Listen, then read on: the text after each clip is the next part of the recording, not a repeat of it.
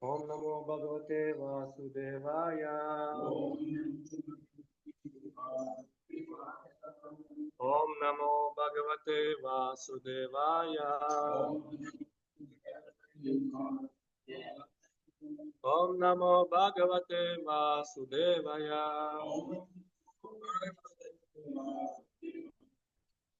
Сегодня почитаем Шримад Бхагаватам, не из книги, а из телефона. Шримад Бхагаватам, 6-я песня, 9 глава, текст 12 будет по 21. Вესავკითხავთ შრიმად ბაგავატამს მე-6 სიმღერის მე-9 თავის მე-12 ლექსიდან 21 ლექსამდე. Athanvaharya Panchanat Utthito Khora Darshana Kirtanta Iva Lokanam Yuganta Samaye Itha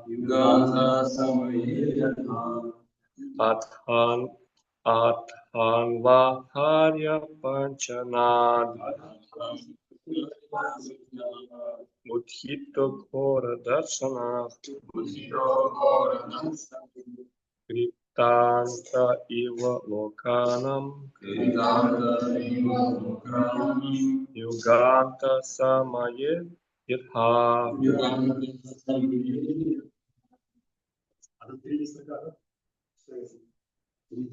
Кританта. Или Кританта.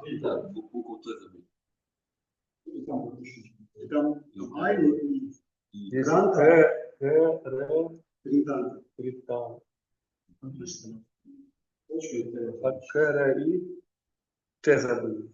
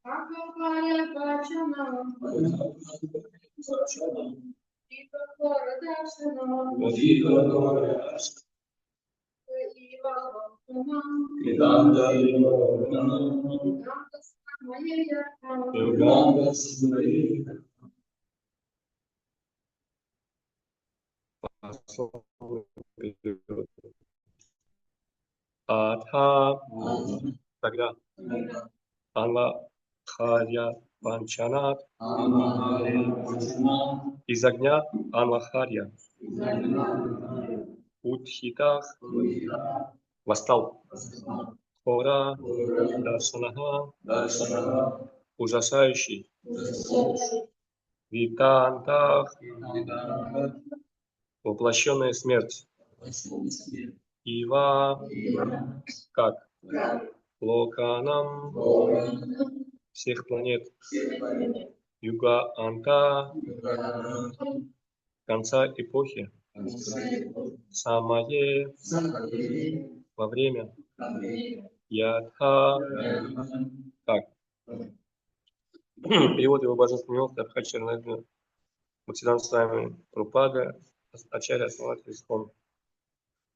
В этот миг из южной части жертвенного огня, называемого Анвахари, восстало ужасающее чудовище, видом своим напоминающее разрушителя Вселенной, приходящий в конце июля.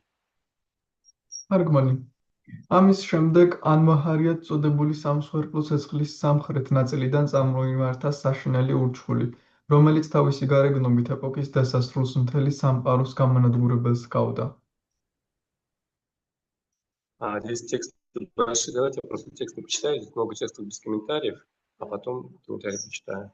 Следующие тексты с 13 по 17. Этот демон стремительно рос дня ото дня со скоростью стрел, выпущенных в четыре стороны света. Его черная исполинская фигура, похожа на гору, опаленная пожаром, своим сиянием напоминала пламенную на закате гряду облаков. Волосы на теле демона, его борода и усы цветом напоминали расплавленную медь, а его взгляд сжег, как полуденное солнце. С ослепительно сверкающим трезубцем в руках, словно пронизывающий все три мира, он казался неодолимым. От дикой пляски и громовых возгласов демона земная твердь содрогалась, как от землетрясения. Он то и дело глубоко зевал, и казалось, что своей бездонной, как пещера, пастью он собирается проглотить весь небосклон. Языком слезать с небесного свода все звезды, а острыми длинными зубами раздробить всю вселенную. При виде демона-великана все стали в ужасе разбегаться в разные стороны. Текст 18. Это... На грузинском тоже прочитаем. Хорошо. სამყაროს 4 მიმართულებით გადყორცნილი ისრების სიჩქარით დემონიც დღითიდღე იზრდებოდა. მისი მოშავო გოლიათური სხეული ცეცხლმოდებულ მთას ჰგავდა და ისევე ელვარე იყო, როგორც ღრუბელთა რიგით ჩამავალი მზის შუქზე. თმა დემონის სხეულზე და მისი წვერულვაში გამდნარი სპილენძის ფერი იყო, ხოლო მისი მზერა შუადღის მზესავით მწველი. იგი უძლეველს ჰგავდა თავისი კაშკასა სამკაპა იარაღით ხელში, რითაც თითქოს სამივე სამყაროს გამსჭვალავდა. თავისი ველური როკვითა და მქუხარე ხმით მთელ დედამიწას ისე აზანზარებდა, როგორც მიწისძვრა. იგი ხანგრძლივად ამთქნარებდა, თითქოს ცდილობდა თავისი უძირო გამოქვაბულივით პირით გადაეყალაპა მთელი ცის კამარა, ენით ვარსკვლავები აელოკა ცის თაღიდან და თავისი გრძელი ბასრი კბილებით მთელი სამყარო გაესრისა. ამ უზარმაზარი დემონის დანახვაზე ყველანი ზარდაცემულები აქეთ-იქით მიმოიფანტნენ. Текст 18. Это чудовищный демон, сын Тваште, силой своей аскезы смог заслонить собой все планетные системы. Поэтому его прозвали Вритра, что значит тот, кто заслоняет собой все. Комментарий. В Веде говорится «Са имал локан авринот тат вритрасья вритратват». Демона назвали Вритрасурой, поскольку он заслонил собой все планетные системы. თარგმანი მე-18 ლექსის ამ საშიშმა ურჩხულმა, რომელიც სინამდვილეში ტვაშტას შვილი იყო, თავისი ასკეტიზმის ძალით ყველა პლანეტა გადაფარა. ამიტომ მას უწოდეს ვრიტრა, ანუ ის, ვინც ყველაფერს ფარავს. კომენტარები. ვედებში ნათქვამია, რადგან დემონმა ყველა პლანეტარული სისტემა გადაფარა, მას ვრიტრასურა დაარქვეს. Текст 19. Полубоги во главе с Индрой бросили против Вритрасура свое войско и обрушили на него всю мощь своих луков, стрел и другого божественного оружия. Но демон проглотил все это. მე-19 ლექსი. ნახევარმერთები ინდრას მეთაურობით თავიანთი მეომრებით ეკვეთნენ დემონს, თავს დაატეხეს თავიანთი ტრანსცენდენტური მშვილდისრებისა და სხვა იარაღების ძალა, მაგრამ ვრიტრასურამ ეს ყველაფერი გადაყლაპა. Текст 19. Ошеломленные и смущенные могуществом демона, полубоги утратили всю свою силу. Собравшись вместе, они решили поклоняться Господу Нараяне, сверхдуше и верховной личности Бога, надеясь снискать его благосклонность. მე-20 ლექსი. დემონის ძლიერების ხილვით გაოცებული და გულგატეხილი ნახევარმერთები დაუზღურდნენ. თავი მოიყარეს და გადაწყვიტეს თაყვანიესად ნარაიანასთვის, ზესულისთვის, ღმერთების უზენაესი პიროვნებისთვის, რათა მისი კეთილგანწყობა მოეპოვებინათ. Текст 21. Полубоги сказали: нам, полубогам во главе с Господом Брамой, подвластны все стихии, из которых созданы три мира: эфир, воздух, огонь, вода и земля. Но все же мы трепещем в страхе перед временем и потому пытаемся умилостивить время своими делами, повинуясь его воле. Однако время само страшится Верховного Господа. Так давайте же воздадим почтение тому, кто один способен уберечь нас от всех опасностей. თარგმანი. ნახევარმერთებმა თქვეს, სამი სამყარო შექმნილია ხუთი ელემენტით, სახელდობრ, ეთერით, ჰაერით, ცეცხლით, წყლითა და მიწით, რომელთაც ჩვენ განვაგებთ ბრაჰმას მეთაურობით. მაგრამ მაინც გვეშინია, რომ დრომ არსებობა არ მოგვისწრაფოს, ამიტომ ვცდილობთ მისი გულის მოგებას, შესაძლოა ვთავაზობთ, ვემორჩილებით მის ნებას. თუმცა თავად დროს ღმერთების უზენაესი პიროვნებისა ეშინია.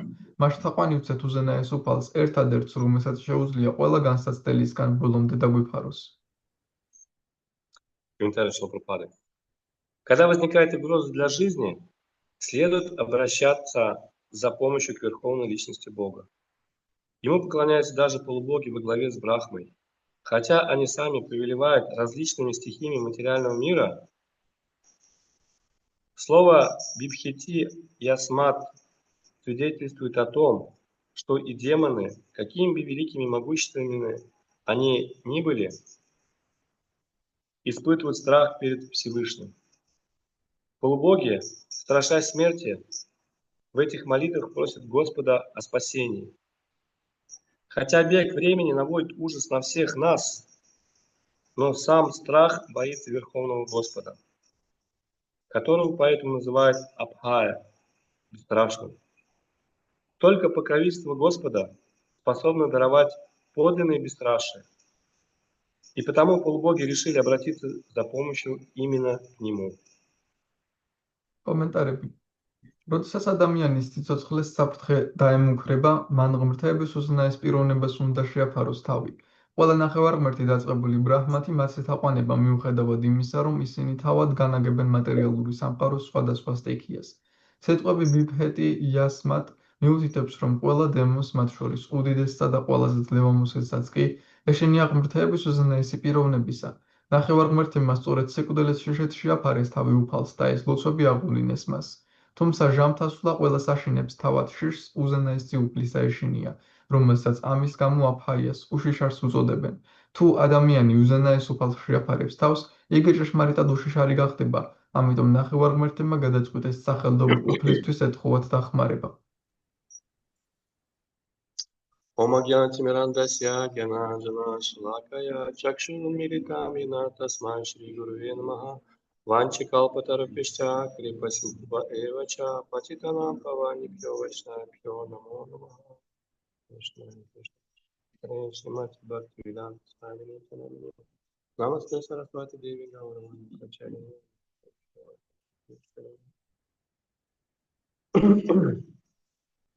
Очень необычный текст. Описывает демона, Вритрасуру, его могущество, какой он великий, какой он могущественный, благодаря чему он достиг такого состояния, что аж полубоги стали его бояться. ძალიან საოცარი ლექსიას, რომელიც აღწერს დემონი ურიტრასურას ძლევამოსილებას, თუ რამდენად ძლევამოსილია ის, როგორ მიაღწია ამ ძლევამოსილებას, ისეთ ძლევამოსილებას, რომ ნახევარმღერთებსაც კი შეეშინდათ. Этот материальный мир, он создан для того, чтобы, как Шрила Прабхупада говорит, это как тюрьма для всех непокорных, кто восстал против воли Господа. როგორც Шрила Прабхупада ამბობს, ეს მატერიალური სამყარო შექმნილია როგორც ციხე მათთვის, ვინც უფლის ნებას აღუდგაცენ.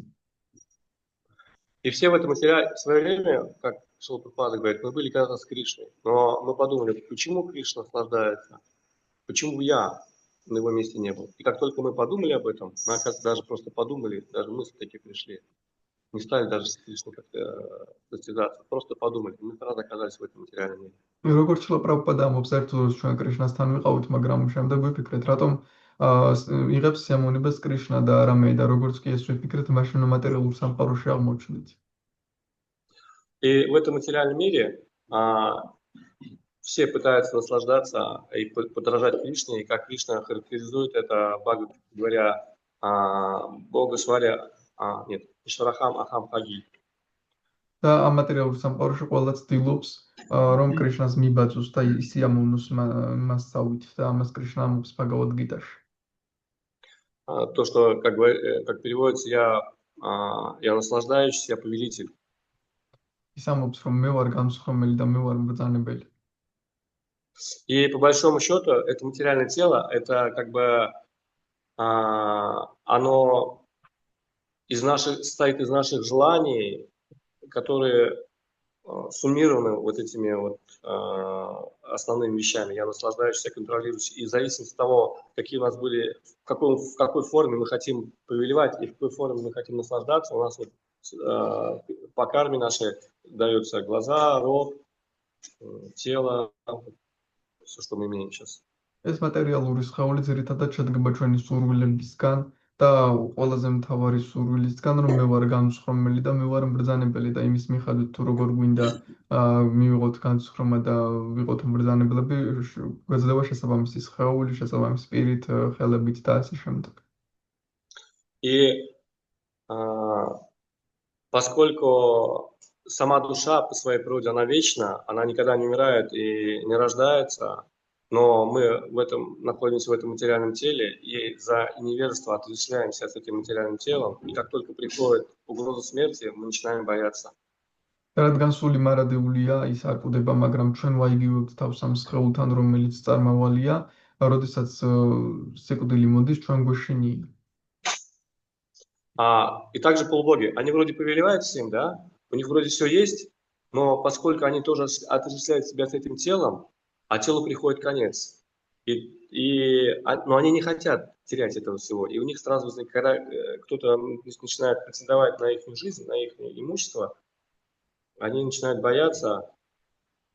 იგივენაირად არიან ნახევარმღერთები, მათ ეშინიათ, რადგან ისინიც აიგივებენ თავს სხეულთან, მიჯაჭვულები არიან.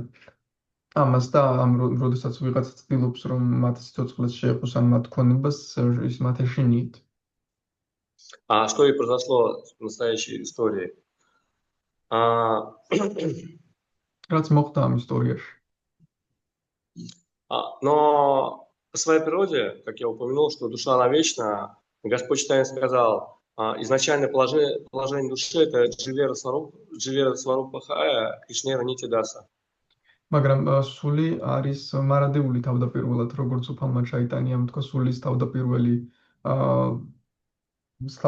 მდგომარეობა არის ჯივერო სვარუპაჰოე კრიშნერა ნიტიადასა. И когда живое существо, душа, начинает себя отождествлять не с телом, а вот с этим своим изначальным положением вечной услуги Кришны, и когда действует в этом настроении и действует в этой роли, то тогда страх пропадает. და როდესაც სული იწყებს მოქმედებას, როგორც ის არის მარადიული მსახური კრიშნას, იმაშინ ეს გაიგივებები იქრება და შეში გშორდება. Конечно, это сложно, на самом деле, как сказать, особенно когда легко философствовать, говорит, вот это, да, мы души. А вот когда коснется какой-то бытовой вещи, кто-то нашу вещь возьмет, кто-то нашу машину ударит, кто-то телефон куда-то мы потеряем, там на этом телефоне очень большая сумма денег или что-то, важные контакты. Мы начинаем сразу, не то, что мы там душа, мы начинаем сразу думать, где, как, что это тело, почему так происходит, сразу беспокойство приходит. რა თქმა უნდა, ეს რთულია, სასაუბროდ მარტივია, მე არ ვარ ეს წყავი და ამ შემდეგ, მაგრამ როგორც კი თუნდაც ჩვენ მანქანას დაარტყავს, ან ჩვენს ტელეფონს აიღებს, მაშინვე გვავიწყდება ეს და ვეძებთ უცბად ავღელდებით, რომ სად არის ეს ტელეფონი, სადაც დიდი თანხა მაქვს, ან მნიშვნელოვანი კონტაქტები. Но когда же мы начинаем действовать в роли души, и как это проявляется? В том, что мы следуем процессу духовного садхана бхакти, который возрождает вот это забывшее состояние, то мы начинаем, то страх пропадает. მაგრამ როდესაც მოქმედებთ როგორც სული, ანუ დაკავებული ვართ სათანა ფაქტით, რაც ჩვენს ნამდვილ ბუნებას აღვიძებს, მაშინ შეში გშორდება.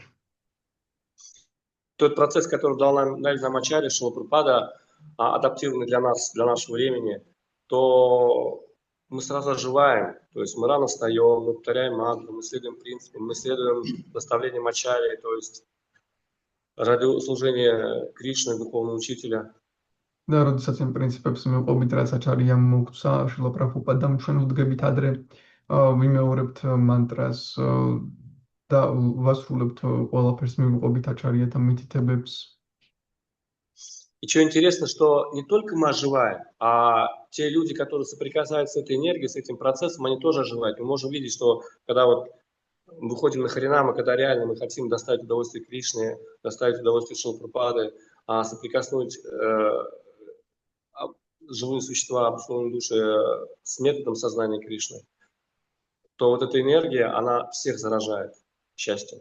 მაგრამ საინტერესო ის არის, რომ არა მხოლოდ ჩვენ მცოცხლდებით, არამედ ისინიც, ვინცაც თანაც ჩვენ შეხება გვაქვს, როდესაც გავდივართ სანკირტანაზე, ჰარინამაზე, ვცდილობთ შრილა პრაბჰუპადა და კრიშნა დავაკმაყოფილოთ და სხვებთანაც გვაქვს შეხება, მაშინ ეს ჩვენი ბედნიერება გადამდებია და სხვებიც ბედნიერდებიან. Потому что этот процесс Харинама Санкиртана, он нематериальный, да?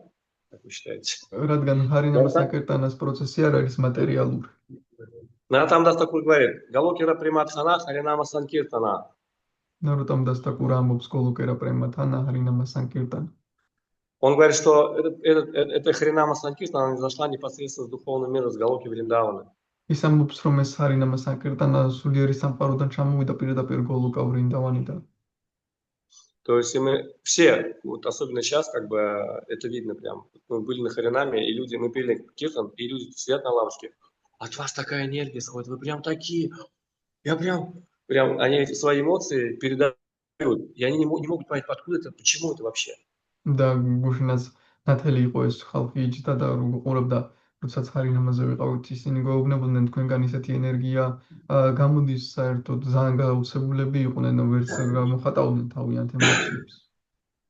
Потому что это состояние, находиться в духовном мире, оно естественно для нас. И когда мы погружаемся в это состояние, то мы испытываем счастье. И вот этот страх или беспокойство, они уходят. რადგან სულიერ სამყაროში ყოფნა ჩვენთვის ზაბუნებრივია და როდესაც ამ მდგომარეობაში ვიზირებით, ჩვენ ბედნიერებას გრძნობთ და შეში და აღელვება ქრება. И говорится, что наше движение, вернее, в первой шлоке Шишташтаке Господь Чайтанья говорит «Ананда мудхи вардханам». შეკშაშტაკას პირველ ლექსში ვალი ჩაიტანია ამბობს ანანდა მუთი ვარდანამ. То есть это постоянно увеличится блаженство. Когда мы реально в процессе, когда мы реально хотим доставить удовольствие Кришне, когда мы следуем процессу, который доставляет удовольствие Кришне, мы испытываем эта ананда, она начинает возрождаться в нашем сердце, начинает бить ключом, и она так сильно влияет, что другие тоже заражаются ей. როდესაც ამ პროცესში ვიძირებით იქ ჩნდება ანანდა ნეტარება და ის ჩვენი გულში ამუხეთქავს და ამგვარად არა მარტო ჩვენ, არამედ სხვებიცაც კი გადადის ეს ანანდა. И в этом стихе говорится о страхе, да? И одно из качеств божественных людей, которые Кришна описывает в Бхагавад-гите, он говорит абхая. აქ ლექსი საუბარია შიშზე და ერთ-ერთი თვისება ღვთაებრივი ადამიანების, რომელსაც კრიშნა აღწევს ბhagavad-gītāში, არის აბჰაია. Абхая – это бесстрастие, и Шилпрапада, когда описывает это качество, он говорит, что он относит это к саньяси, и говорят, что когда человек, саньяси, он не должен бояться, что будет завтра, что будет с ним завтра, что он будет испытывать, как он будет кушать, как он будет себя поддерживать. То есть, если у человека нет такой уверенности, что Кришна о нем позаботится, то тогда он не должен принимать саньясу. და აბჰაია ნიშნავს უშიშრობას, როდესაც შილპრაპადა ამ თვისებას აღწერს, ის ამბობს, რომ სანიასს არ უნდა ეშინოდეს ხვალრადა მემართება, ვინ მომივლის და ასე შემდეგ. თუ ადამიანს აქვს ეს შიშები, მაშინ დაარენდობა კრიშნას ბოლომდე, მაშინ არ უნდა მიიღოს саньяси. И преданные тоже, я когда первый раз лично встретился с преданными, то я говорил, а как вы вообще поддерживаете, как вы живете? Он говорит, Кришна нас позаботится. Как Кришна позаботится? Это же как-то, здесь обычно все работают, а здесь Кришна от вас позаботится.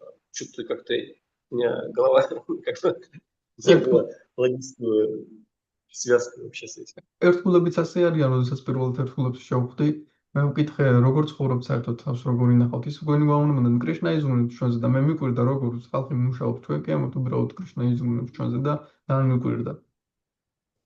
Но на самом деле так и происходит. То есть, когда мы служим Кришне, то все необходимое приходит к нам, да? То есть, Кришна дает все необходимое, что нам, для того, чтобы мы ему служили. მაგრამ სინამდვილეში ასეც ხდება, როდესაც კრიშნას ვემსახურებით, კრიშნა გვაძლევს ყველაფერს საჭიროს იმისთვის, რომ ვემსახუროთ მას. Но самое лучшее, что человек может, самые лучшие плоды приходят от санкиртной яги. То есть, когда мы совершаем санкиртную ягу, когда мы прославляем Господа, когда мы делимся этим знанием, этим святым именем со всеми окружающими, то все приходит. Процветание приходит, здания приходят, люди приходят, лакшми приходит, все приходит. და ყველაზე დიდი შედეგი მოგვს სანკირტანა იაგიას, როდესაც ჩვენ ვცდილობთ წმინდა სახელები ვიგალობთ, ეს ცოდნა გადავწეთ ადამიანებს, მაშინ მოგვდის ცოდნაც, წარმატებაც, კეთილდღეობაც, ფულიც, ლაქშმიც მოდის, ყველაფერი მოდის. И это лучше всего использовать то, что к нам приходит снова опять в этот процесс санкиртаны, и тогда еще больше придет к нам, и нужно опять снова все делать для того, чтобы люди, которые не знают осознания Кришны, которые не связаны никак с Кришной, с процессом санкиртаны яги, чтобы они соприкоснулись со всем этим. როდესაც ეს მოვა ეს ყველაფერი, კარგი იქნება თუ კიდევ სანკირტანაში ჩავდებთ ამას და შემდეგ კიდევ უფრო მეტი მოვა და ამგვარად ჩვენ შეგვიძლება იმ ადამიანებს, ვინც საერთოდ არ იცნობენ კრიშნას, გავაგებინოთ მის შესახებ. И преданные, они как бы всегда горят желанием помочь другим, хотят как бы рассказать другим о сознании Кришны, хотят как бы поделиться своим вкусом, чтобы люди не страдали и не боялись, что будет с ними завтра, что будет потом после смерти. ერთგულს ყოველთვის სურს გააზიაროს სხვებთან თავისი კრიშნას ცნობიერება, თავისი გამოცდილება გააზიაროს, რადგან სხვებმა არ იტანჯონ, არ ჰქონდეთ შიში. И в действительности в Грузии, вот мы сейчас ее заметили, что здесь очень и очень благоприятная атмосфера, очень-очень хорошие возможности. Окно возможностей для проповеди сознания Кришны прям такое большое, как вот здесь в Алтае. სინამდვილეში საქართველოში შევამჩნევთ, რომ ძალიან დიდი შესაძლებლობებია, ძალიან კარგი გარემოა და ძალიან დიდი შესაძლებლობებია ქადაგებისთვის, ისეთი დიდი როგორც ეს алтаრი.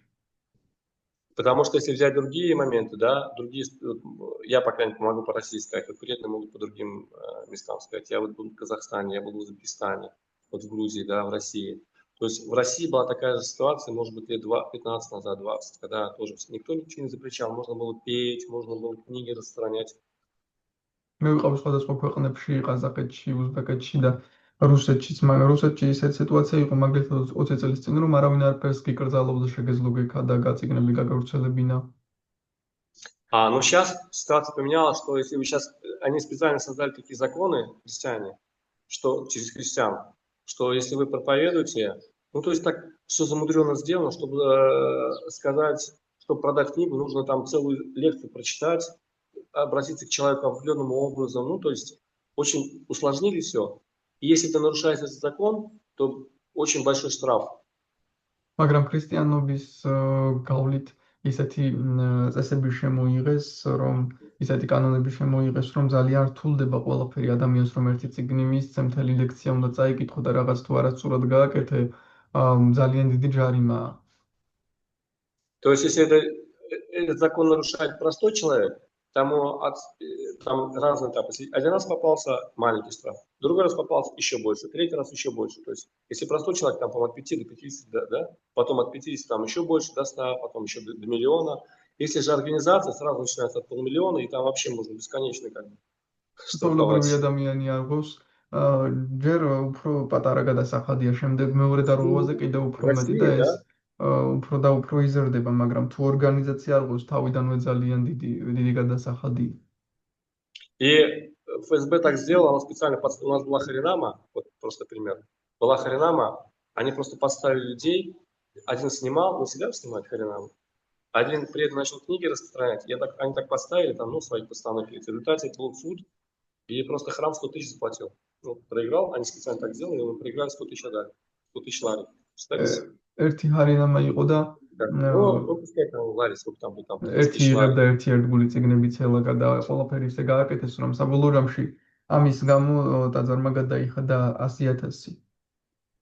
То есть в Узбекистане там вообще запрещено книги распространять, там русских книг нет. Вот сейчас мы были в Индии, ездили, и мне с приятелем начал общаться, говорит, у нас книг нету русских. Есть узбекские книги, но а вот ни английских, ни русских книг нет. Можете привезти? И приятно летели через Ташкент, через Узбекистан, я попросил, чтобы они привезли книги. И вот сколько они могли, там кто-то 100 книг, кто-то 200 книг, там мелких, маленьких, они привезли. უზბეკეთში საერთოდ აკრძალულია წიგნების გავრცელება, ერთგული მოგთხოვეს უზბეკური წიგნები გვაქვს და იქნებ რუსული ან ინგლისურიც წამოიღოთ და წავიღეთ, რომ მიგვეტანა. То есть и в Узбекистане, по-моему, там тоже большой штраф, даже в тюрьму посадят. Если с книгами поймают, реально скажут, ну ты, там мусульманская страна, если ты не мусульманство проповедуешь, а вот что-то другое, там не христианство, то могут прям реально посадят. იქაც ძალიან დიდი ჯარიმაა თუ წიგნებს ავრცელებ, თუ იქ მუსულმანური ქვეყანაა და თუ მუსულმანობას არ გადაგებ და სხვა რამის გადაგებ და წიგნებს ავრცელებ, შეიძლება ამის გამო ციხეშიც რეალურად ციხეშიც ჩაგსვა. Но люди там интересуются, приятно, вот мы там сколько, книг 200-300 привезли, они там буквально за неделю все продали, эти маленькие книги. მაგრამ ხალხს ძალიან აინტერესებს, რომ ეს 300 წიგნი ჩავიტანეთ და ერთ კვირაში გაყიდეს ყველა. А у вас здесь просто рай. Вот пой, книги распространяй, хоть что делай, никто ничего не говорит. Просто надо вот этой возможностью пользоваться. Как я სამოთხე გაქვთ იმღერეთ წიგნები გაავრცელე, არავინ არაფერს ამბობს, უბრალოდ აი ეს შესაძლებლობა უნდა გამოიყენო. А я попробую говорить, здесь целый склад книг, надо просто опустошить за марафон. მთლიანი აქ არის მთლიანი საწყობი წიგნების და მარათონზე ეს უნდა დააცარიელო. Также в России нельзя проповедовать детям, то есть с родителями только они должны ходить. ასევე რუსეთში ბავშვებს ვერ უქადაგებ, ისინი მშობლებთან უნდა დადიოდნენ ყოველთვის. У меня дочка говорит, папа, пойдем, говорит, ну, я хочу, говорить, книги потестировать. Я говорю, не могу пока, ну, там чем-то занят. Она говорит, мне тоже, я хочу, но не могу, как бы сказать, проблемы тоже могут быть. Если полиция поймает детей, которые книги распространяют, ну, несовершеннолетние, то проблемы будут. Чем შულს უნდა წიგნების გავრცელება, მაგრამ არ შეუძლია, რადგან თუ დაინახავს პოლიცია, რომ არასრულწლოვანი ავრცელებს წიგნებს, დაიჭერს. И поэтому давайте будем как бы пользоваться вот этой наиблагоприятнейшей ситуацией, возможностью, чтобы давать сознание Кришны всем. И благодаря чему мы сами станем счастливы, избавимся от страха, потому что вот эта энергия, она бесстрашие, она приходит, когда мы занимаемся преданным служением. ამიტომაც მოდი გამოვიყენოთ ეს კარგი შესაძლებლობა და გავავრცელოთ კრიშნას ცნობიერება, ამით ჩვენც ბედნიერები ვიქნებით და გავხდებით უშიშრები, რადგან უშიშრება მოდის ზუსტად როდესაც ჩვენ ვავრცელებთ კრიშნას ცნობიერებას. Также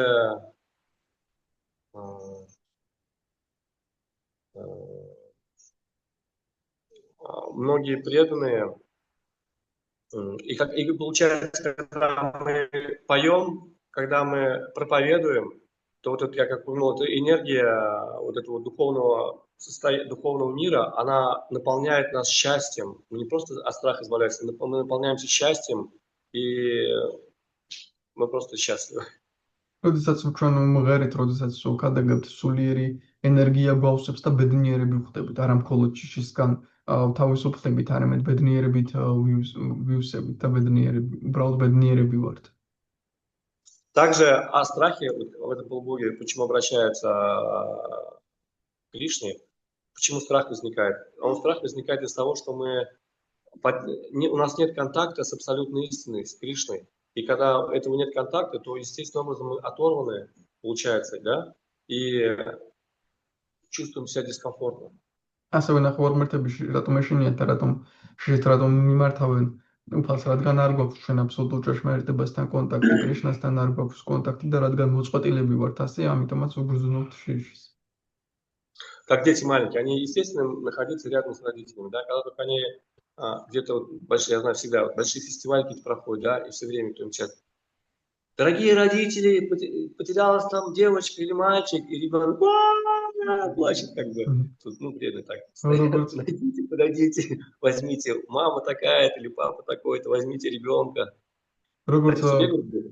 ბავშვებისთვის ბუნებრივია მშობლებთან ერთად ყოფნა ფესტივალებზე, როცა ვიყავით იქ, როდესაც ბავშვი კარგებოდა, გამოაცხადებდნენ ესა და ეს ბავშვი დაიკარგა, მშობლებო გთხოვთ აიყვანოთ ეს ბავშვი და ეს ბავშვი ტიროდა, დედა ტიროდა, რომ დაკარგული იყო მისგან. И также мы, то есть если мы, опять же, повторюсь, как бы погрузимся в процесс преданного служения, погрузим себя серьезно, осознанно в процесс практики садхана бхакти на нашем уровне, поскольку мы находимся, это самое необходимое для нас, то мы также свяжемся с Кришной, как бы с нашим отцом, и мы будем чувствовать себя комфортно, как маленькие дети. და ჩვენც თუ ჩავიზირებით ერთხელ მსახურებაში სათანა ფაქტში რამდენადაც შეგვიძლია ჩვენს დავამყარებთ კავშირს კრიშნასთან, ჩვენს მამასთან და ჩვენს კომფორტულად ვიგრძნობთ თავს როგორც პატარა ბავშვები. Также, естественно, страх также возникает, естественно, образом, что нужно себя поддерживать и как-то финансово себя поддерживать, но экономика этого материального мира таким образом, что просто необходимо, в городах больших необходимо выживать. Но когда люди живут на земле естественным образом и поддерживают себя за счет земли, то тогда очень много беспокойства уходит тоже, страха. ასევე ეკონომიკა ისე მოწყობილი, რომ ქალაქში ძალიან ბევრი მუშაობა გიწევს, რომ თავი შეინარჩუნო, მაგრამ თუ მიწაზე იცხოვრებ, ბევრი პრობლემა მოგეხსნება და ბევრად მარტივად შეძლება მას. Даже просто пища, которая, выращенная на своей земле, она очень вкусная, она очень питательная, она очень наполняющая энергией радости даже, нежели та, которая куплена в магазине, выращенная на химии. საჭმელიც კი, როდესაც საკუთარ მიწაზეა მოყვანილი, ბევრად უფრო სასარგებლოა, ჯანსაღია, ენერგიებით გავსებს და გაბედნიერებს კიდეც, ვიდრე ის საჭმელი, რომელსაც მაღაზიებში ყიდულობდა, რომელიც გაჟღენთილია ქიმიათი. Потому что современное общество, оно движется в таком направлении, что сейчас технологии так развиваются просто, что уже искусственный интеллект – это новая ветвь, которая дает развитие цивилизации.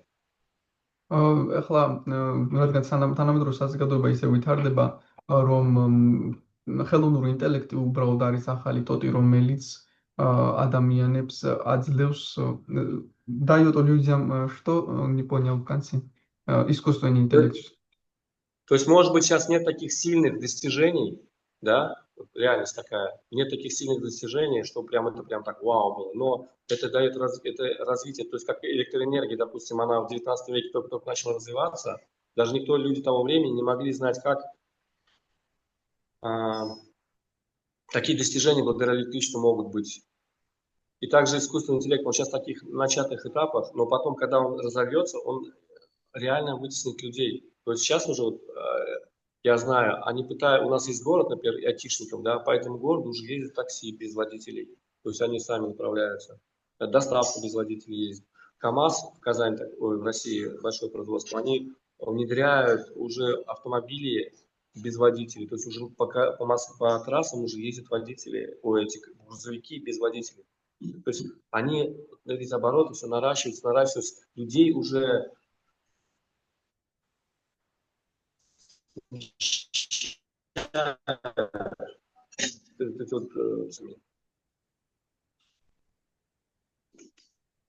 ხელოვნური ინტელექტი ახლა საწყის ეტაპებზეა განვითარებული და შეიძლება დიდად არ მოგვეჩვენოს საფრთხეთ, მაგრამ ნელ-ნელა ის უკვე იწყებს ადამიანების ჩანაცვლებას, მაგალითად უკვე გამოჩნდა მანქანები, რომლებიც ზღოლების გარეშე დადიან და სულ უფრო და უფრო ცდილობენ ასეთი რაღაცების გაკეთებას, რომ ადამიანები ჩაანაცვლონ ხელოვნური интеллектით.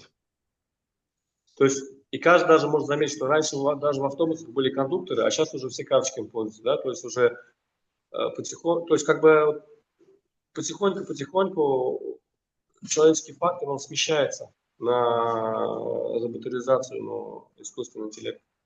ადრე მაგალითად ავტობუსებში კონდუქტორები იყვნენ, ახლა კი ყველა ბარათებს იყენებს, ანუ ადამიანური ფაქტორი სულ უფრო და უფრო ჩანაცვლებადია ხელოვნური ინტელექტით. И по большому счету даже здесь уже в какой-то момент станет вопрос выживания. Потому что в городе очень, как мы знаем, ищем Бхагаватам, что жизнь, она очень жесткая, очень жестокая, очень трудная, и люди в конце калюги даже будут работать за кусок хлеба.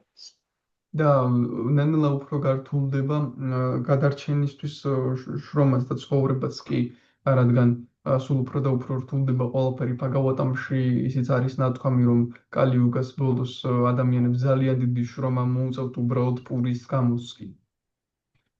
И если преданные сейчас, и интересный момент, что, но живя на земле, экономические проблемы решаются, и когда мы живем в обществе преданных, и духовные, как бы сказать, потребности, наши потребности тоже пополняются. მაგრამ როცა მიწაზე ცხოვრობ, ეკონომიკური პრობლემები გადაწყვეტილი ხდება და ასევე როდესაც ერთგულების საზოგადოებაში ხარ ამ მიწაზე, შენი სულიერი პრობლემებიც გადაწყვეტილია.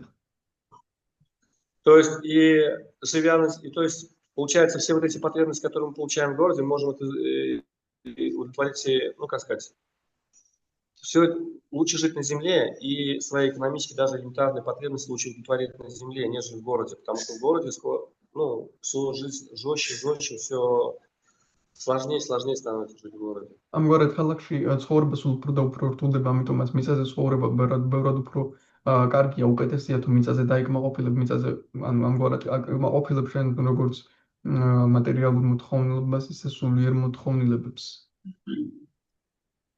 И в Грузии, на самом деле, пока еще есть такие, вот мы с Гочи про Волгу говорили, в Грузии еще есть где-то, ну, достаточно дешевая земля, где можно купить дешевую землю и жить. И у вас очень хороший климат, все можно выращивать. საქართველოში როგორც ჩასპროფუსაც ვესაუბრეთ, უკვე არის მიწა, იაფი მიწები, სადაც რაც შეგიძლია იყიდო იაფად მიწა, ასევე კარგი კლიმატია შეგიძლია შენთას მოიყვანო მოსავალი. И что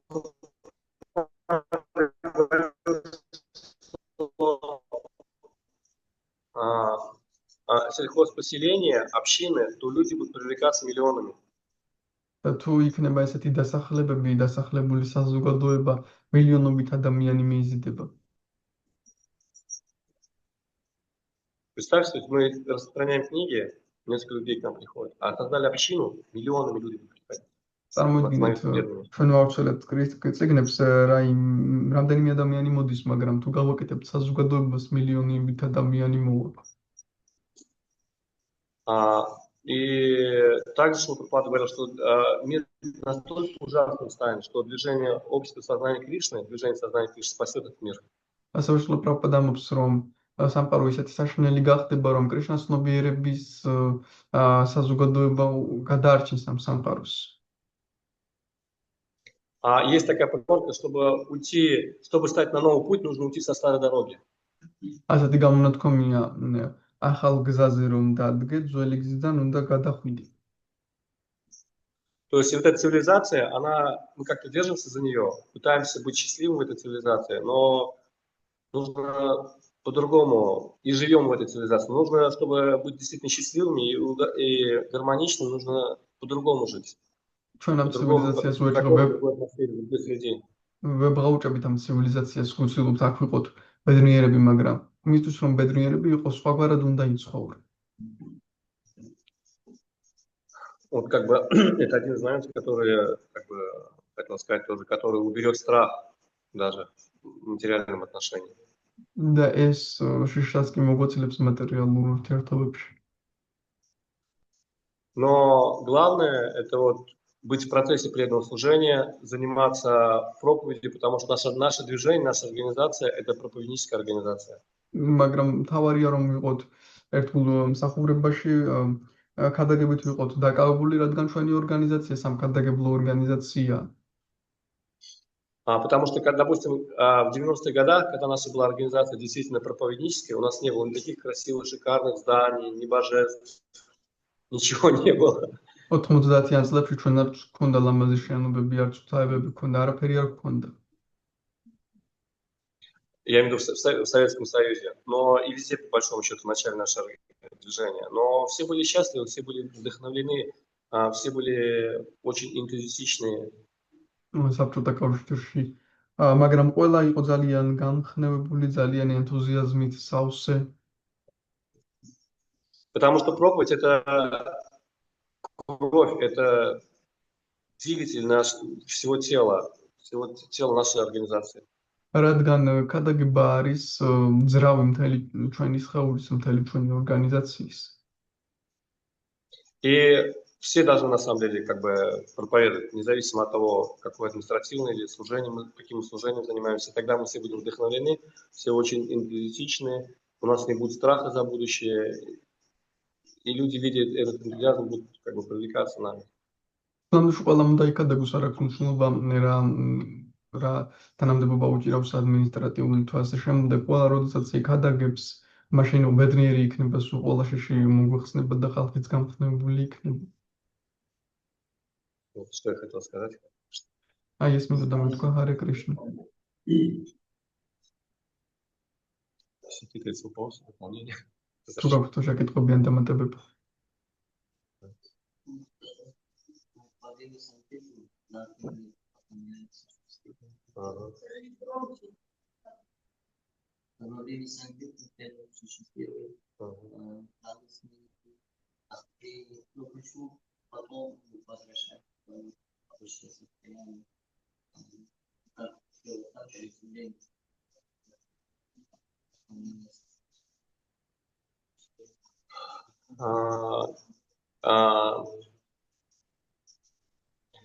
Ну, потому что процесс санки, то есть, смотрите, одно из величайших наставлений, или это всегда помните, Кришна никогда не забывать, да, вот мы с вами говорим. Но мы связаны с этим материальным миром, мы должны думать об этом. Мы не услышали вопрос. Вопрос такой, почему преданные санкиртаны, когда они находятся на санкиртане, непосредственно вот на распространении книг на проповеди, они очень воодушевлены и счастливы. Но когда любые преданные вообще, когда они заняты проповедью, они вдохновлены. Но когда потом уходят с этого проповеди или просто возвращаются в храм, или вообще не занимаются этим никак.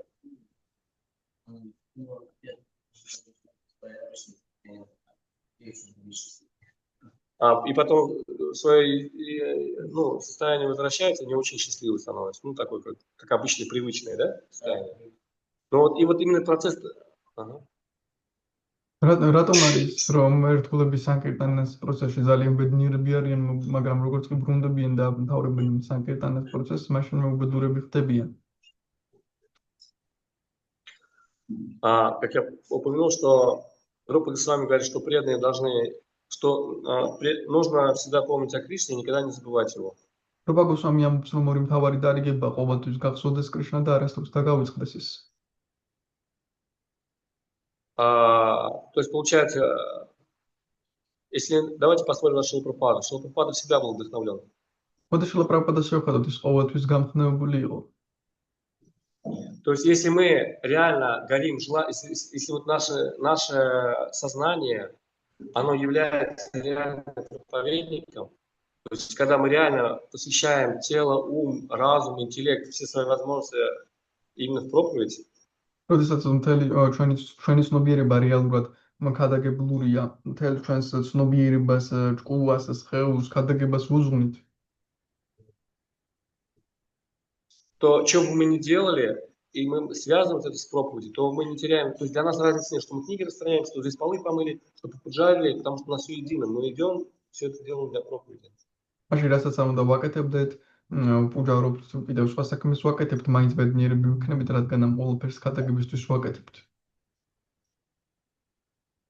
То есть внешне кажется, мы полы помыли, да, приготовили что-то, да, и как бы нет. Но если мы это как бы хотим, ну, как бы мысли наши на санкиртну, это не делаем для санкиртну, и один единый процесс у нас не будет, как бы разницы, что мы делаем, что это делаем. Ну, შეიძლება გარეგნულად იატაკს უწმენდნენ თან საჭმელს ვამზადებდნენ, მაგრამ თუ ჩვენი გონება იმიპყრობილი იქნება, რომ ჩვენ ვქადაგებთ ამას ქადაგებისთვის ვაკეთებთ სანკირტანასთვის ვაკეთებთ, მაშინ ბედნიერები ვიქნებით.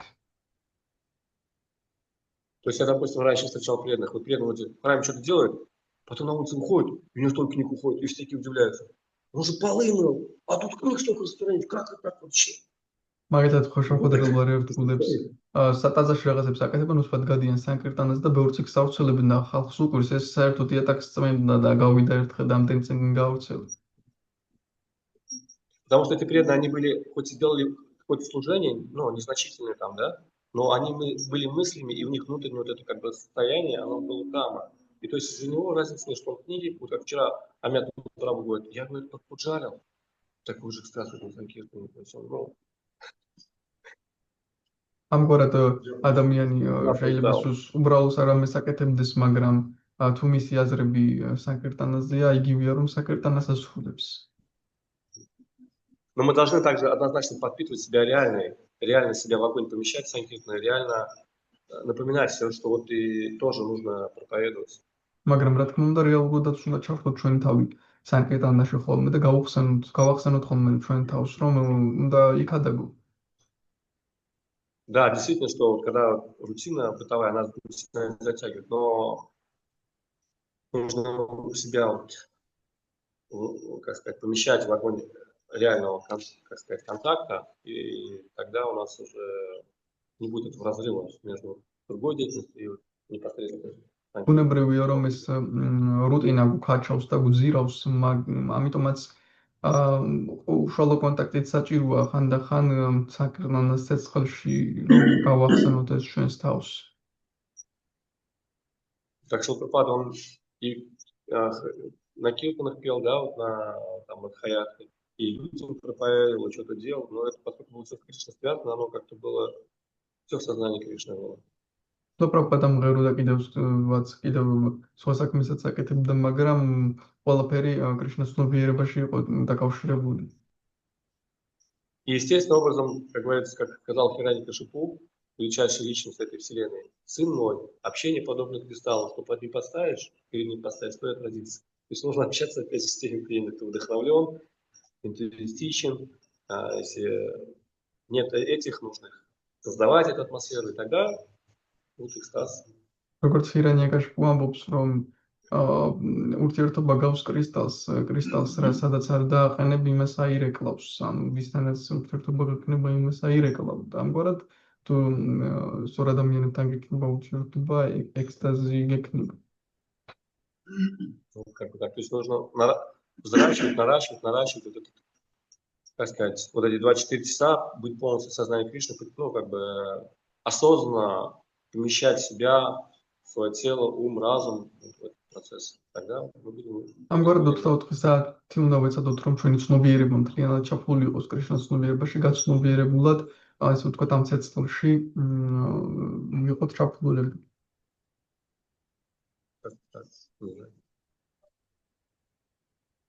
Да.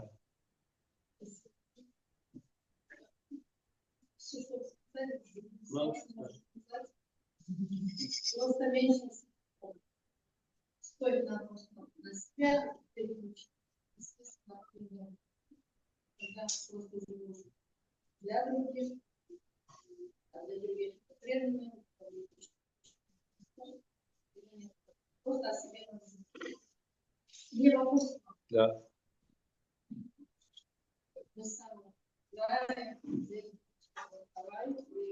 Я плохо слышу, меня очень прослойно. Поле распространяют, проповедуют. Но столько здесь времени проходит, особенно в период, когда из Украины, с России, почему-то люди есть место, где можно жить, служить. Они не пользуются, они туда получают. Но есть же место. Есть места, где они не могут, они же могут, а это те места, где находиться там и служить. Почему у этих людей нет этого? И мне всегда непонятно, что движет, почему не пользуются ситуацией. Допустим, в России будет такая сколько времени.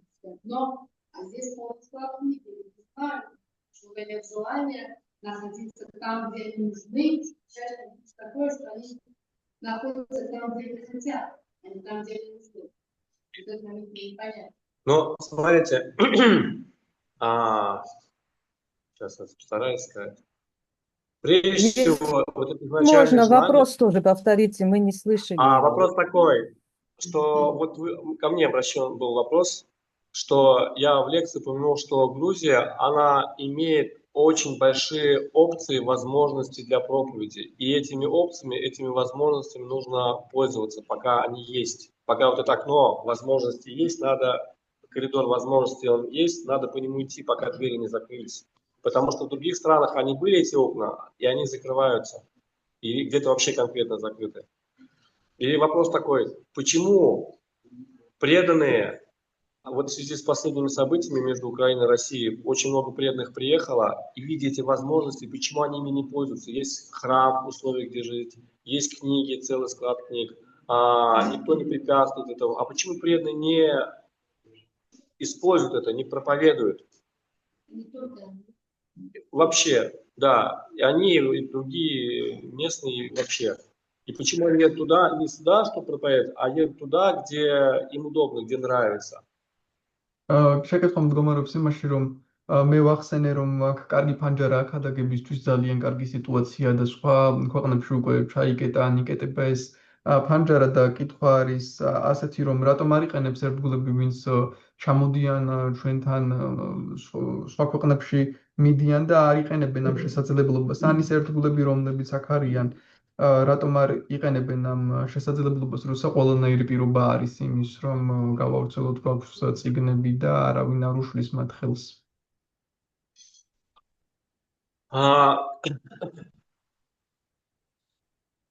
Прежде всего нужно понять, ну как сказать, то есть вот это вот сознание Ишварахам Ахам Хаги, я повелитель, я наслаждающийся, оно очень сильно в нас въелось, да?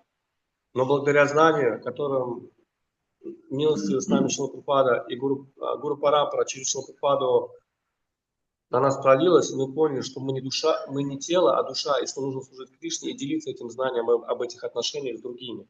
ჩვენში ეს გამსხრომელის მრობის სურვილი ძალიან მე ვარ ბრძანებელი და გამსხრომელის ძალიან ღრმად არის და შემდეგ Შრილა პრაბჰუპადას წყალობით ჩვენ გავიგეთ, რომ ჩვენ ვართ სული და არ ვართ ეს გამსხრომელი. არ варт схეული, варт схулები. И как Кришна говорит в Бхагавад-гите, что 4 типа людей приходят духовно к Богу, к Кришне обращаются. Это те, кто страждущие, хотят богатство, удовольствие в этом мире любознательны и ищут абсолютную истину. 4 типа людей, которые приходят к Кришне, ну, к духовному знанию. კრიშნა ამბობს, რომ სულიერ ცოდნასში, კრიშნასთან სულიერ ცოდნასთან მოდის 4 ტიპის ადამიანი, ცნობის მოყვარეები, ისინი, ვინც ცოდნას, სულიერ ცოდნას ეძებენ და ასე შემდეგ. И эти люди думают, что благодаря решив эти проблемы, они станут счастливыми в этом мире. Но ადამიანები ფიქრობენ, რომ ამ პრობლემების გადაჭრით ისინი ბედნიერები გახდებიან ამ სამყაროში. в действительности также Кришна Бхагавад-гита говорит, что из тысяч и тысяч людей едва ли кто реально стремится ко мне, хочет познать меня. მაგრამ ასევე კრიშნა ბჰაგავად-გიტაში ამბობს, რომ 1000-დან და 1000-ობით ადამიანიდან ერთი მაინც რეალურად მხოლოდ ერთი მაინც თუ სურს, ერთს მაინც თუ სურს, რომ ჩემთან მოვიდეს და ჩემკენ ისწრაფოდეს. И людям, по большому счету, всегда быть удобно и религиозными, с одной стороны, да, не греховными такими, и с другой стороны, и наслаждаться тоже удобно. ამიტომაც ადამიანის ყოველთვის უმეტესობას იქნება ასეთი რამე, რომ ერთის მხრივ რელიგიურებიც იყვნენ, სულიერებიც და მეორეს მხრივ დატკბდნენ კიდეც სიამოვნებაც მიიღო. Потому что, но чтобы реально заниматься проповедью, это реально очень тяжелый труд, это реально самопожертвование, это жертва, это аскеза. მაგრამ რეალურად რომ ქადაგებით დაკავდეს ძალიან დიდი შრომა და ძალიან რთულია რეალური ასკეზაა ეს. И не все готовы жертвовать своими личными интересами ради высшего интереса. და ყველა არ არის მზად რომ თავისი პირადი ინტერესები გააციროს უმაღლესი ინტერესისთვის.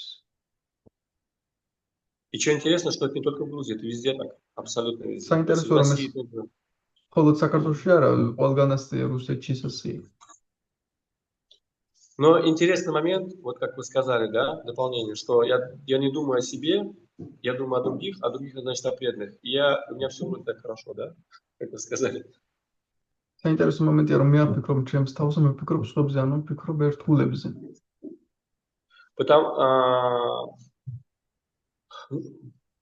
Потому что, когда мы вот действительно тянем вот эту вот телегу нашей организации, которая называется СКОН, впрягаемся как лошади в нее и тянем там менеджмент, проповедь, все это, то наша личная телега, она как-то сама катится уже, естественным образом.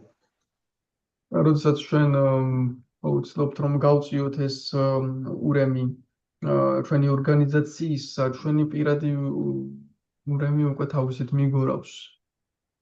И Шрила Прабхупада в последнее наставление, как бы его желание, воля была в том, что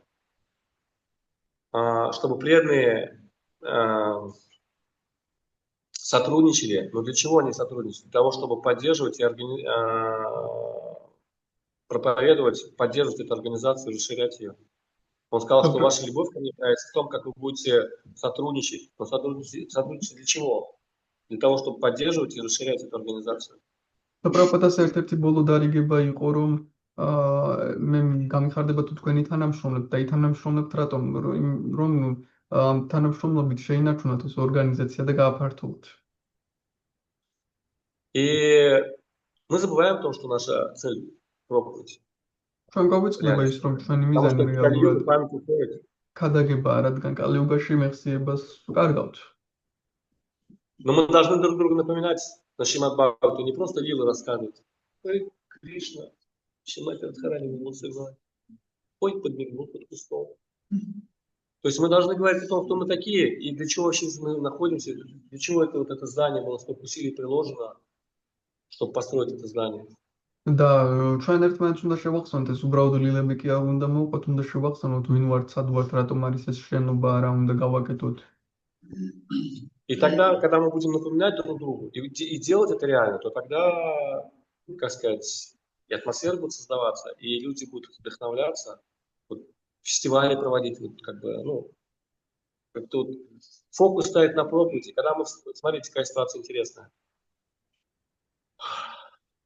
Когда мы проповедуем о чем-то, то люди привлекаются тем, о чем мы говорим. ამგვარად ერთმანეთს უნდა შევახსენოთ ეს, როდესაც ერთმანეთს ამას შევახსენეთ, ადამიანები გამხნევდებიან, ფესტივალებს მოაწყობენ და ასე შემდეგ. საინტერესო მომენტია, რომ როდესაც რამეზე ვქადაგებთ, ადამიანები იზიდებიან იმით, რასაც ვამბობთ. Если сравнить с армией, да, то, допустим, если мы говорим ценности, которые там для пехоты, для стройбата, то одни, но если мы говорим ценности, которые для спецназа, особые, так сказать, мы все мы знаем, да, то и другие ценности будут, ну, как бы люди будут с такими интересами к нам привлекаться. მაგალითად არმიაშიც თუ ერთ-ერთ ფასეულობებს ვამბობთ, ესეთი ადამიანები შემოუერთდებიან, თუ სპეცრაზმის ფასეულობებს ვამბობთ, სხვა ადამიანები შემოუერთდებიან, რა ფასეულობებსაც ვქადაგებთ, ესეთი ადამიანები შემოუერთდებიან. И те люди, которые, как бы сказать, может быть, сначала пехота, но у них вид, что спецназ, им тоже хочется спецназ, они потихоньку тоже как бы это, ну, подтянутся. როცა და ამგვარად თანდათანობით შემოუერთდებიან ადამიანები. И наша, на самом деле, организация – это спецназ. То есть мы, представляете себе, Шрила Прабхупада нам создал такие условия, в которых мы вообще все законы кармы у нас просто так перечеркиваются, мы уходим в духовную. ჩვენი ორგანიზაცია კი სპეცრაზმს გავს შრილა პრაბჰუპადამ ისეთი პირობების შექმნა, რომ უბრალოდ ხაზი გადაესმება ჩვენს კარმის კანონებს და ჩვენ სულიერ სამყაროში მივდივართ. И еще раз, общение подобных кристаллов. С кем мы общаемся, как бы сказать, тем мы заражаемся. Вот с кем поведешься, так тебе и надо, да? და კიდევ ერთხელ ვიტყვი, რომ ურთიერთობა გავს კრისტალს, ვისთანაც გვაქვს ურთიერთობა, იგივე ფასეულობებით გავხნევდებით. И в этой атмосфере, когда люди, когда приходят, либо им комфортно, либо они меняются, либо уходят. Вот, დამოუკიდებლად სფეროში უკვე როცა ადამიანები მოდიან, ისინი ანიშლებიან ან მიდიან. И поэтому давайте будем вдохновлять, воодушевлять, сами жить проповеди, и люди будут приходить. Это экстаз, выходить на Харинам. ამგვარად მოდით გავამხნევოთ ერთმანეთი, ჩვენ თუნდაც გავხნევდებით და ადამიანებიც ისეთი მოვლენ, ვინც გამხნევდება ქადაგებით. Ну, как бы. Потому что заставить кого-то, пошли, посадите снова. Да не хочу я. Пошли! Почему? Ну, это как когда мы, кстати, все вдохновлены, все счастливы, это не нужно ничего говорить, само собой. რადგან ძალით ვერ დააძალებ ვერავის, როდესაც ჩვენ თვითონ ბედნიერი ხარ და ექსტაზში ხარ, მაშინ ადამიანები თავისით გამხნევდებიან. И вот один из фестивалей, то есть наша задача не просто быть, знаете, там, слушать о лилах, там, Кришне или что-то еще. То есть это реально, ну, как правило, мы пытаемся, чтобы и философию понять, и реально выйти людям, попроповедовать, книги распространять. Гуру Махарадж доволен, Шрила Прабхупада доволен, все довольны, все счастливы, местные преданные вдохновлены, все, кто приехал, вдохновлены, и просто духовный мир как бы. ამ საათ მდგომარეობაში ჩვენ ფილოსოფიასაც ვცდილობთ რომ გავიგოთ, ასე ვცდილობთ გავაზიაროთ, რომ ეს ფილოსოფია შრილა პრაბჰუპადაც გამხნევებულია, სულიერი მოძღვარი წერთულებიც გამხნევებულები არიან და ყველა. Поскольку, когда нас очень много, мы чувствуем, как бы, ну, что мы не одни, что прям целая организация, миссия международная. რადგან როდესაც ბევრი ვართ, ხვდებით, რომ ჩვენ მარტოები არ ვართ, მთელი ორგანიზაცია, მისია საერთაშორისო. То я думаю, что на Джанмаштабе нам надо выйти всем. То есть в обед будет яги, инициация, и день все равно такой, и надо прямо всех преданных. Просто не здесь просто петь, мы здесь придем, попоем вечно. Но выйти прям, тем более в воскресенье, я не знаю, какой там, суббота. Суббота все как раз уходят, наслаждаются вечерком, бризом прохладным, и еще дадим, так сказать, нектара сверху. ამიტომაც ვფიქრობ, ჯანმაშტამიზე ყველა ერთად უნდა გავიდეთ საკირტანაზე, ან შაბათი იქნება, ყველა ეს სეირნობს და ნექტარს მივშემთ.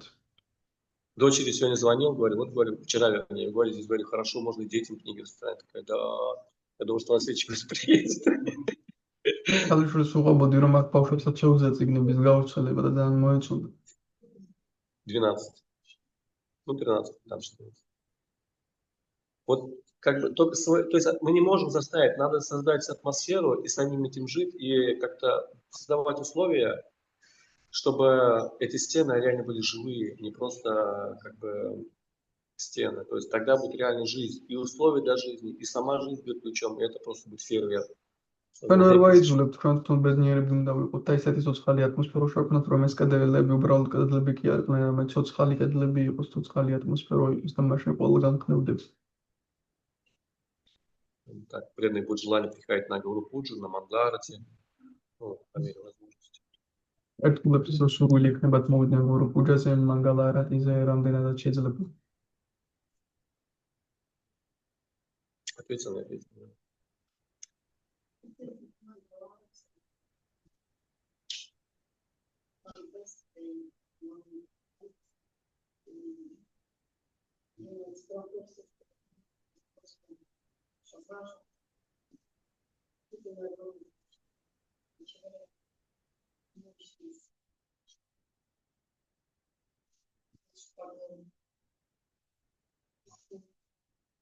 Ну вот,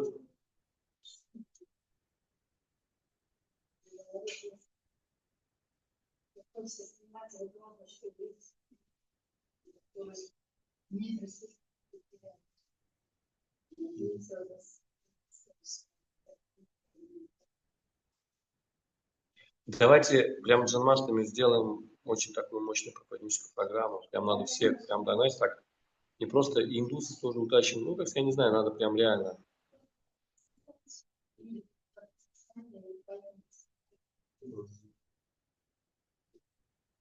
Делаем. Давайте. Нет? Да. Ага. Почему демоны побеждают себя? Потому что пример с Индрой, когда он не выразил почти духовному учителю, и после этого греха схватил, был недоволен, шел, демоны стали побеждать полубогов. И поэтому полубоги стали проигрывать. То есть вся наша проблема того, чтобы мы повинуемся духовному учителю, мы не повинуемся шастре, мы не повинуемся преданным, то есть мы не повинуемся тем законам, правилам, предписаниям, которые даны сами Кришне. И поэтому демоны побеждают нас. И мы, когда демоны нас побеждают, мы снова обращаемся к Кришне, защищай, пожалуйста. Что нам делать теперь, как нам вообще из этой ситуации выйти. И вот нужно понять, что нужно следовать прямо. Кстати, не то, что там говорит, главное настроение. Главное настроение, вот я женился, детей родил, у меня настроение было, главное настроение, не фанатеть. Ну, то есть, главное, любовь, понимание, настроение. То есть, не брал настроение. Хотя, покормил ребенка. Не захотел, не покормил. Захотел, пошел, не мог говорить. Хотел, не пошел. Вот главное настроение, спонтанное. Такое прям очень высокое. И поэтому демоны не побеждают. Потому что мы не следуем правильно сами. Repeat. Прабху хотел сделать дополнение, что почему демоны победили полубогов. Коренная причина была в том, что они не следовали правилам, установленным. В частности, Индра, он пренебрег правилами оказывать почтение своему духовному учителю, в частности, Брихаспати. Из-за того, что он не следовал, он повелся на свои ощущения, а не то, что он должен делать. В результате это привело к тому, что вот эта ситуация, что они ослабли, то есть они лишились милости духовного учителя, и демоны их победили. То есть вот эти вот ощущения, чувства, на которые ставится акцент, и краеугольный камень, они на самом деле не являются таким движущей силой. Движущей силой является следование правилам и предписаниям. Для нас, как преданных, это шастра. И когда мы этому следуем, то мы не будем в проигрыше, потому что это закон Вселенной, в конечном счете даже материальной точки зрения. Закон Кришны, да. И так вот. პრაფუს უნდა დამატება გაეკეთებინა, რატომ წააგეს ნახევარმოშობა დემონებთან, რადგან ისინი შასტრების მითითებებს, კანონებს არ ემორჩილებოდნენ, მათ შორის ინდრამ არ დაემორჩილა იმ კანონს, რომ პატივი მიიღოს სულიერი მუზურისთვის. ამგვარად, თუ ჩვენ შასტრების მითითებებს დავემორჩილებით და шастрების მითითებებს მივყვებით, მაშინ პრობლემა არ გვექნება. То есть я тоже хотел бы добавить в связи с этим. И такая же ситуация получается у нас. Если основная задача Шилпрапады была не задача, я неправильно сказал слово, то есть его дух, его настроение – это удовлетворить духовного учителя. А духовный учитель просил его проповедовать сознание Кришны в странах Запада. И Шилпрапада в краеугольного камня он ставил все. Печатание книг, распространение сознания Кришны. И он также как бы немножко осуждал своих братьев, которые не стали повиноваться этой воле духовного учителя своего, а вот как бы немножко на другое переключились. В результате вся организация, она развалилась. Гаудия-Мат. Хотя это была действительно очень большущая, могущественная миссия организации. Если взять тот масштаб, который сделал Бхактисиданта Сарасвати, он всю Индию практически охватил. И преданные реально были, они были очень ученые, Гаудия-Матха, там, ученики Бхактисиданта Сарасвати, они были очень эстетичные, они были очень чисты. Это прям организация набирала большие реальные обороты. Но из-за того, что они, как бы сказать, немножко сместили акцент, то в результате все затухло, зачахло. И вот о чем Мата же Павел тоже говорит, почему преданные, как бы сказать, не хотят. То есть если мы акценты ставим на другие вещи, не на кровь, не на движущие силы, то все начинает со временем чахнуть. Здания большие, но они пустые. Но если мы ставим акцент на воле нашей парампоры, желание удовлетворить духовного учителя Шилпрападу, то тогда, а не на чувство, чем мы хотим, то тогда как бы все будет гармонично, все будет развиваться, мы будем счастливы, другие будут счастливы. То есть об этом, то есть нужно понимать, в чем есть первостепенной важности вещи, есть второстепенные важности. И всегда нужно ставить акцент на первостепенной важности вещи. И тогда второстепенные подтягиваются естественным образом. მეც მინდოდა რომ დამემატებინა და შილპრაპადის მაგალითი მოიყვანა რომ სულიერ მომოწვარმა უთხრა იქ გადაგასავლეთის ქვეყნებში და შილპრაპადა რასაც აკეთებდა ყველაფერს აკეთებდა ამისთვის რომ იქ გადაგასავლეთის ქვეყნებში მაგრამ გაუდიამათმა მისმა სულიერმა ძმებმა ცოტა აქცენტი შეცვალეს არა და ძალიან დიდი ორგანიზაცია იყო თითქმის მთელი ინდოეთი ეკავა Bhaktisiddhanta Saraswati დაკვირვეს გაუდიამათს ძალიან სწავლული პიროვნებები იყვნენ მაგრამ რადგან ოდნავ შეცვალეს აქცენტი დაიშალა თითქმის ეს გაუდიამათი ამგვარად ჩვენს და მივყვეთ შილპრაპადას დარიგებას და აქცენტი გავაკეთოთ ზუსტად ამაზე და მაშინ ყველაფერი კარგად იქნება ან პრობლემა მაშინ არის როდესაც ეს აქცენტები იცვლება ამიტომაც უნდა გვესმოდეს რა არის პირველხარისხოვანი აქცენტი და ის უნდა იყოს მთავარი და ყველაზე მეტად ამაზე უნდა გავაკეთოთ ჩვენი აქცენტი